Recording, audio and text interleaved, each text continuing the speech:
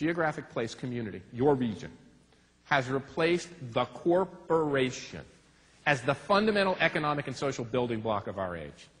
In a sense, our community leaders, our mayors, our chamber leaders, the people who run our civic organizations, all of us have become the CEOs and central management team of the most important economic organization of our time, the city, the community, the region. So it makes our jobs really hard. Now, why would I say something so bizarre? What does a corporation do? It pays wages and salaries, provides incomes, philanthropy, stocks and dividends, and performs and creates a wealth that all of us depend upon. But how does it do that? What a corporation does is take a human being and match that human being to a job to be done. A person to a job. In the great golden age of the corporation, in the age of, as my college girlfriend came home when she got her job with her T-shirt, I remember this one better than like us, GE is me. In the age when what's good for General Motors, complete the sentence, is good for the country. In an age when IBM stood for, not International Business Machines, I've been moved.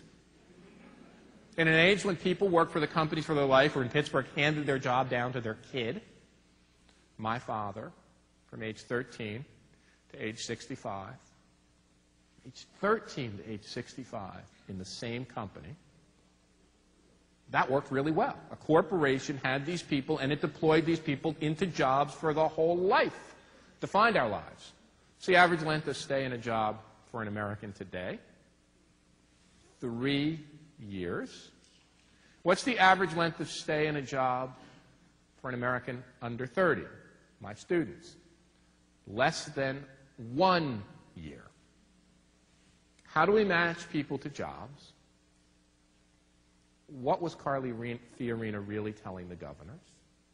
What was that little Lyco story, moving from Pittsburgh to Boston? What was that really about? That was about the fact that place has become the economic organizing pool for the creative age. For a company, place provides a pool, a mixture, a grouping of sophisticated talent, creative, intellectual, knowledgeable, manageable, skillful people that it can pull upon and dip into to have the resource it needs, the people. For us, place provides a lot of opportunity. That's what the people in my interviews and focus groups said. We want to go to a place that offers us not a job. We want to go to a place that has lots of jobs because we're not stupid. We realize that the job that we get isn't going to last. We want to be in a place where we can, as they say in the San Francisco Bay Area, Silicon Valley, change our job without changing our parking space.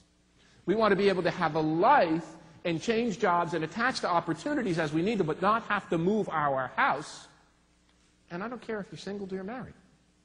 If you're single, you still got to uproot all of those friendships and community things that you do to establish life. And if you're married, you got to uproot your significant other and your kids.